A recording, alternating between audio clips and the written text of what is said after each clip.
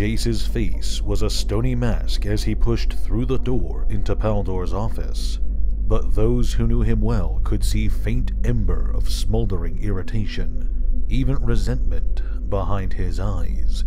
It was a look he wore frequently these days. "What could possibly be so urgent?" the mage demanded while leaning both fists on the edge of the desk, his voice low but firm as iron. "That you had to pull me out in the middle of an ongoing assignment?" Paldor looked meaningfully at the desktop, then at Jace. He was not smiling. "Get your hands off." Jace straightened, but his expression didn't crack. "You know you left Callist to finish the job alone. No blades, you said. Make it look like a natural death, you said. How is Callist supposed to make it look natural without me, Paldor? Did you even think of that?" His face purpling, Paldor pointed across the room, and only then did Jace realize that a figure stood in the far corner, a figure he'd swept past without even noticing. "Really, Beleren," Tezzeret chided him, "have you so little respect for your superiors anymore?" "Is there any way I can possibly answer that?" Tezzeret chuckled. "Probably not. I am sorry for pulling you away from your assignment, Beleren. I'm sure Callist will do fine, though. He was doing this long before you showed up." "So he was. But I need you for something more important. I need you to accompany me to a meeting." Jace's eyebrow rose. "Any chance that means you'll finally be taking me to your sanctum itself?" "Not at all. We're going someplace far less pleasant." Paldor snickered at Jace's disappointed expression. "Really? What did you expect? I don't even know where his illustriousness takes his ease." "I've asked you not to call me that, Paldor," Tezzeret reminded him. "And I've asked to be taller," Paldor told him with a grin. Tezzeret scowled, but said nothing more. "The meeting?" Jace prompted. "Yes." Tezzeret wandered behind the desk and gave Paldor a meaningful look. The lieutenant grumbled, but heaved his great bulk out of the way so his employer might sit. The artificer scowled at the height of the chair, which made him look faintly ridiculous behind the equally short desk, but at least he had no doubt it would take his weight. He turned and gave Paldor a second look, equally significant. "Oh, you've got to be kidding," Paldor exclaimed. "Boss, this is my office. I should therefore know the fastest route to the door, shouldn't you? I'll let you know when we're done." Grumbling even more loudly, Paldor stomped his way to the door and slammed it behind him. "How have you been, Beleren? We've not spoken in a while." "Dinner every day. How about you?" "Fine," he said. "Everything's just fine." "So glad to hear it. You'll be accompanying me to a rather delicate negotiation." "Oh?" Tezzeret waved a hand. "Bit of a conflict over mining rights in overlapping territories. Nothing that should particularly interest you." "That's nice," Jace said. "But actually, I meant, who are we meeting with?" "Nicol Bolas." "Ah," Jace said, after replaying the answer in his mind to be certain he'd heard correctly. "This would be related to that messenger who came to us a few weeks ago." "It would." Jace shook his head and allowed himself to fall back into one of the room's sundry chairs. "I've never entirely understood.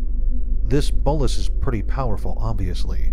Obviously a planeswalker, or he couldn't have put together something like the Consortium. So why usurp it from him? Couldn't you think of any safer way of building an organization?" Tezzeret grinned. "Some while ago, Beleren, I found myself in the ranks of a cabal that called themselves the Seekers of Karmont. Sorcerers and alchemists They claimed a great many fascinating discoveries, but the greatest of all, and one they promised to teach me once I'd proved worthy, was the rediscovery of the ancient arts for creating Ethereum. He raised his artificial arm, as though he felt the need to remind Jace of its existence. "Well, of course I was intrigued," he said, as though it was the most obvious thing in the world. "The person, or the faction, that learns how to replenish the multiverse's dwindling stores of Ethereum would be powerful enough to trade whole worlds." Imagine my disappointment when I discovered that it was all a lie. That the tales of forging Ethereum were a deception orchestrated by the true master of the Seekers of Karmat as one of his various convoluted schemes. And imagine my anger when, upon realizing that I knew the truth, the Seekers attempted to have me killed. After all my years of service. Tezzeret shook his head, then smiled once more. Care to guess who the Seeker's master actually was? Jace gawped at him. So stealing the consortium was... what? Revenge? "I do not," Tezzeret told him blandly, "take kindly to treachery." Several moments marched by as Jace allowed that to sink in. "All right," he said finally. "So what about revenge? You think Bolus is going to meet with you peacefully, just like that? You aren't afraid he might, I don't know, try to kill you?" Tezzeret smiled and began idly tapping his fingers on the desk. The wood made a hollow sound beneath the impact of the Ethereum. "Bolus controls his own network of organizations, Bellerin, and he's agreed to meet with me, leader to leader. He won't renege on the promise of a safe negotiation, not and risk word getting out to others he might need to bargain with later on." "And you trust that?" "Not at all. I only agreed to this meeting if we could each set up wards in advance, ensuring that neither of us can attack the other, and we'll be arriving early to double-check those wards." "Well, if you're sure," Jace frowned. "So what am I here for?" "Ah, that." Tezzeret's grin flipped itself over into a faint scowl. "The truth is, I'm not entirely certain what Bolus is capable of. More specifically, I don't know if he can read minds." Jace nodded slowly. Paldor implied something similar. "So you want me there to let you know if—" "No. I'm certain I'd sense it if he did it to me. You're there to block him." Jace blinked. "It doesn't do me any good to know he's reading my mind," Tezzeret said. "If he gets what he's looking for in the process, and there are certain details that might rather substantially weaken my bargaining position if he were to learn them. So I meet him in person. Why not send a proxy?" "Part of the deal," the artificer groused. "He wouldn't meet with anyone but me, and this mining operation is worth a lot. I have to get this matter settled." Jace frowned. Something about that didn't ring true at all. He'd swear he almost heard an undercurrent of fear beneath Tezzeret's normally unshakable facade. He also knew better than to question the man.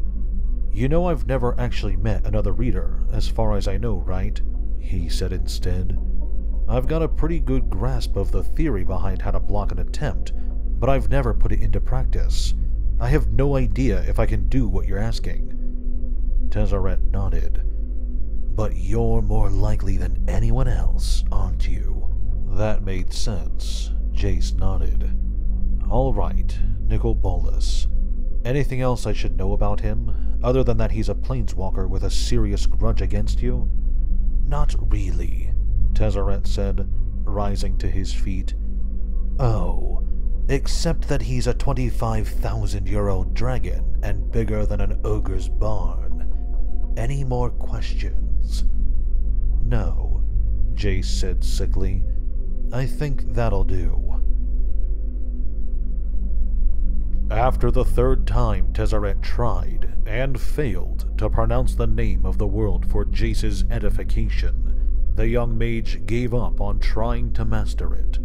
Frankly, it didn't much matter if he knew the name of the world. He just knew that it was damned cold. They stood at the base of an Arctic mountain range, in a crevasse that offered only mediocre protection from the howling winds. Streaks of snow and sleet whipped through the air, turned sideways by those winds, sifting downward past the various crags and stone arches. Sleet stung the face. Flakes melted through clothes to shiver the skin beneath. Jace felt the presence of mana in the ice below, yet it was faint, almost anemic. Someone or something, Bolas himself perhaps, had drawn frequently and thirstily upon the magic within, leaving precious little until the region had time to recover. He huddled in a heavy, fur-lined cloak, wrapped about him and held with arms crossed over his chest. Even through his scarf, he saw tiny puffs of mist with every breath. Yet Tezzeret, who was clad in leather leggings and a heavy vest with multiple pockets and straps, looked quite comfortable. From the forearm of his prosthetic hung a brass globe, attached as though with some sort of magnetism or adhesive. It glowed a warm orange and emitted a low hum that made Jace want to reach into his own head and scratch his eardrums until they stopped itching. And possibly to punch Tezzeret in the mouth for bringing only one. "Where is he, anyway?" Jace called out, shouting to be heard over the roaring winds. "I thought we were supposed to meet him half an hour ago." Tezzeret shrugged. "Bolas does not wait for you," he quoted. "You wait for Bolas." I never cared for that expression. The voice came from everywhere and nowhere, carried on the wind, echoing throughout the canyon. It was deep, the rumbling of the mountain's roots as the earth shifted slowly above.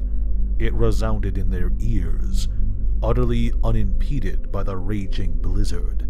It makes me sound so pompous. I despise other people making me sound pompous. The canyon before them began to darken as something unimaginably huge took shape. "I prefer," the voice continued, "to do it myself." And then he was simply there, the eldest planeswalker, the forever serpent, Nicol Bolas. He filled the canyon, a living mountain of muscle and scale, fire and fang. His dark hide shone green against the backdrop of blinding white. The smoke that rose from his nostrils was thick and red, and rain fell from the heavens where the heat of his breath melted the falling sleet. Vast wings spread wide, extending hundreds of feet from the chasm on each side, and then, impossibly, he drew them in, tucked them tightly against his body, and lowered himself to the canyon's floor. The great head turned, aiming a single eye at the two insignificant humans, and within, they saw themselves reflected in a black and bottomless abyss. Jace found himself unable to speak, scarcely even to breathe. Even Tezzeret blanched. Anyone who had spent less time with him than Jace himself would never have seen it, but there it was. No matter how well he hid it, the Artificer was terrified, and Jace found that more disturbing than the dragon itself. Then, taking a deep breath, Tezzeret strode forward, accidentally shouldering Jace aside in the process. The jolt was enough to get him thinking once more, and Jace cast his mind out in a net, surrounding Tezzeret's own. Still, he could not tear his gaze from the impossible beast before him.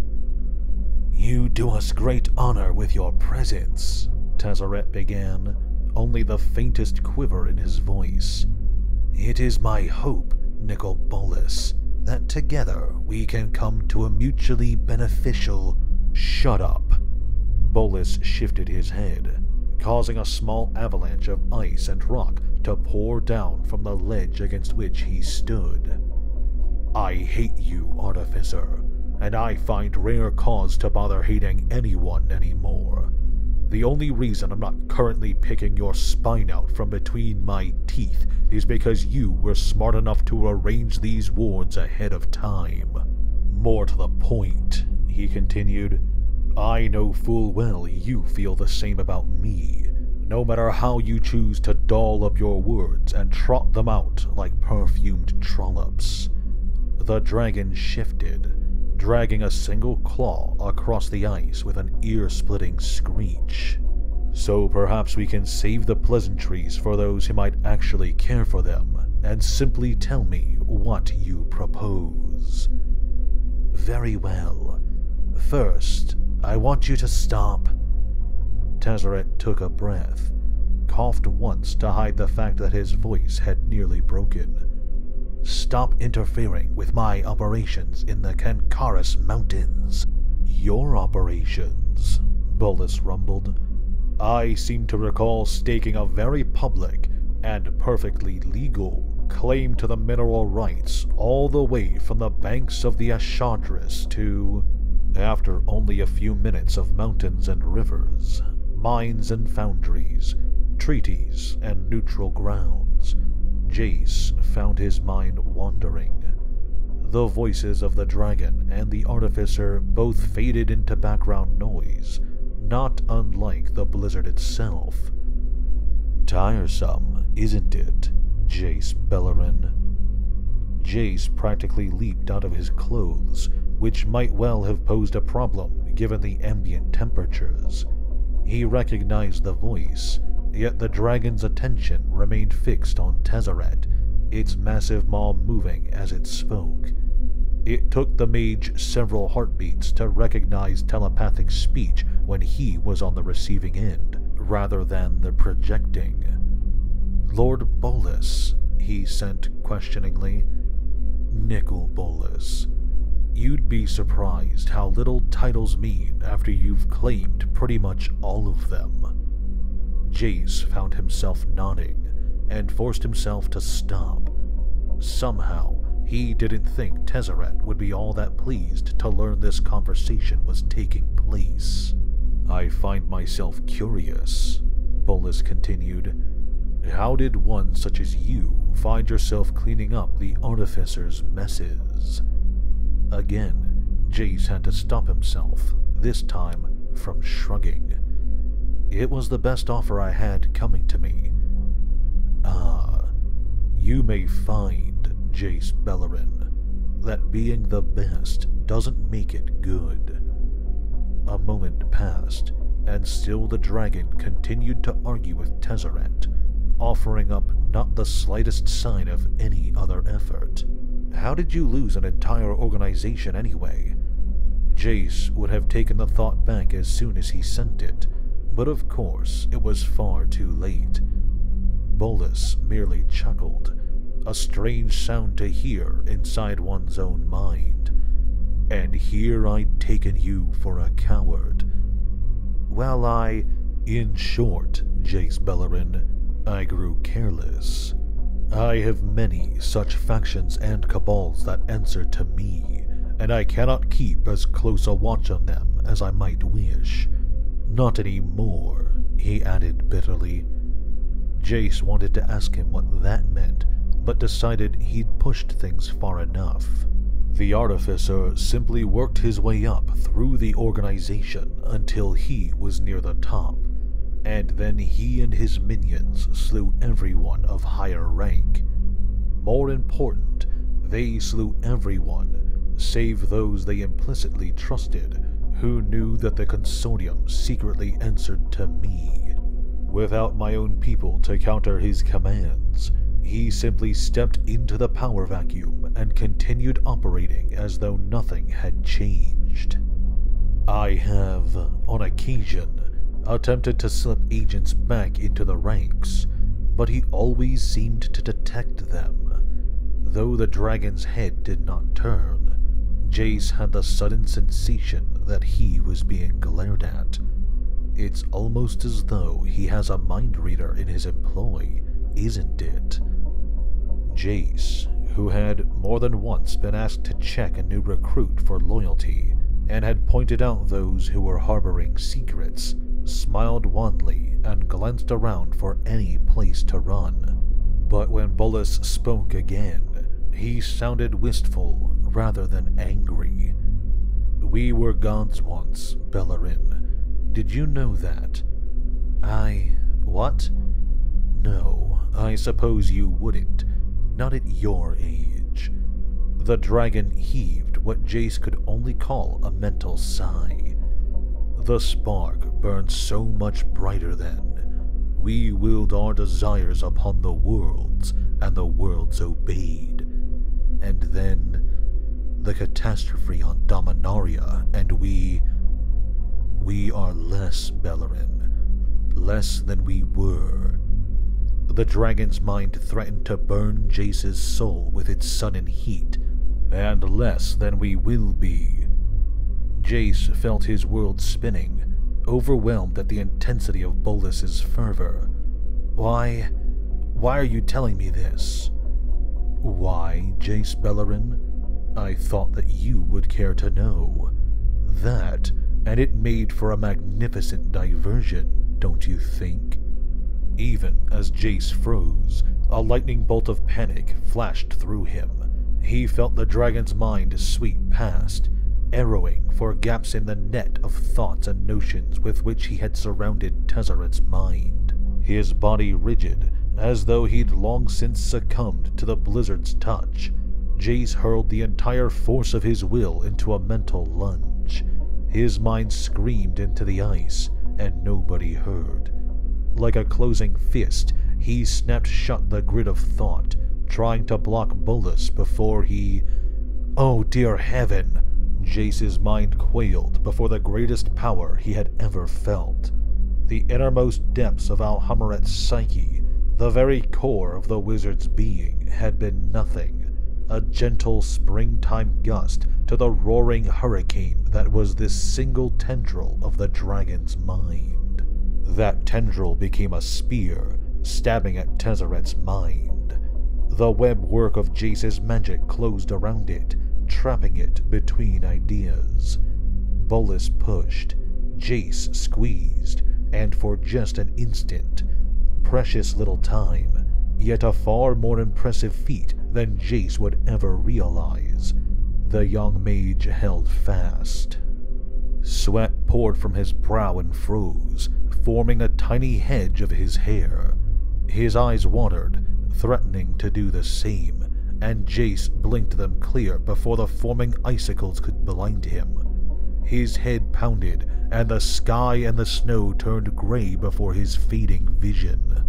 In seconds, what little mana waited to be tapped underground was gone. He strained to reach farther out, hoping for more, and found almost none to be had. Bolus, or whatever wizards dwelt on this inhospitable world, had truly sucked the region dry. His breathing came in short and ragged gasps, the frigid air burning his lungs. His stomach knotted, his fists clenched inside their gloves.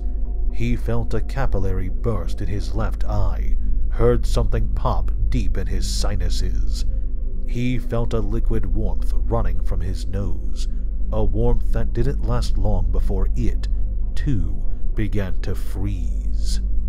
Still the pressure grew, the mind tendril shifting in his grasp, and Jace knew, without knowing how he knew, that the dragon had not yet begun to struggle.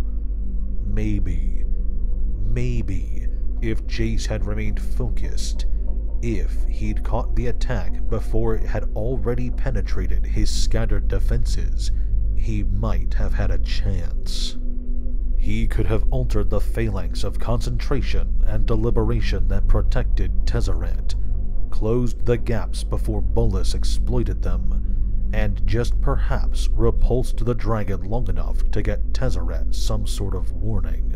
But now, every instinct Jace had, every part of his soul, shrieked at him to retreat, to draw back into his mind and get as far away as possible. With a defeated gasp, he tumbled to the ground. His body shook, and the ice and snow around him turned pink with blood. Tezzeret saw none of this. The Artificer, still in mid-sentence, staggered as the weight of Nicol Bolas's mind touched his own. Only then, jaw slack with shock and a growing alarm, did he glance behind long enough to notice Jace crawling across the ice. "Really, Tezzeret," Nicol Bolas said, his tone unchanged. "I'm disappointed. Of course I've already killed him. I've known he was being paid off for some time, but he didn't seem to know who was receiving the ore he skimmed from my shipments. Smart move, using a third party. Coming to see me afterward, somewhat less so." "You can't touch me, Bolas," Tezzeret insisted, drawing himself back to his full height, even as his body began to shake for reasons that had nothing to do with the cold. His left hand was behind him, hovering over a pouch of implements and tools, while his prosthetic was raised high, ready to cast a battery of potent spells. "Whatever you're accusing me of doing outside this place, the wards bind you while you're here." The dragon's laughter thundered through the canyon and set the snow atop the nearest mountains to quivering. "Little Artificer, you are absolutely correct.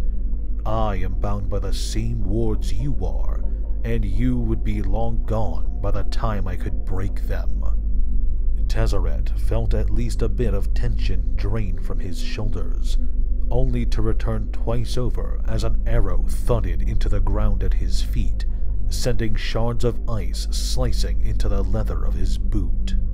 "Of course," Bolas continued, as a veritable mob of humanoid silhouettes appeared atop the chasm's walls, "as you've already so generously established when bribing my servants, third parties don't count." The crunch of his steps drowned out by the sounds of running men, twanging bowstrings, and the hideous rumble of Bolas's laughter. Tezzeret fled.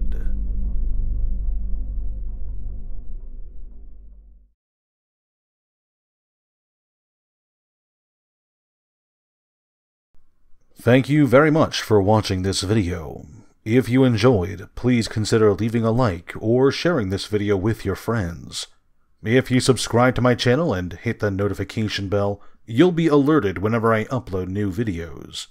If you have a topic you'd like me to discuss, feel free to let me know in the comments section below. Finally, if you'd like to support me directly, well, I've created a Patreon for this channel. If you like what I do and want to help me out, go check it out. A link to it will be in the description below.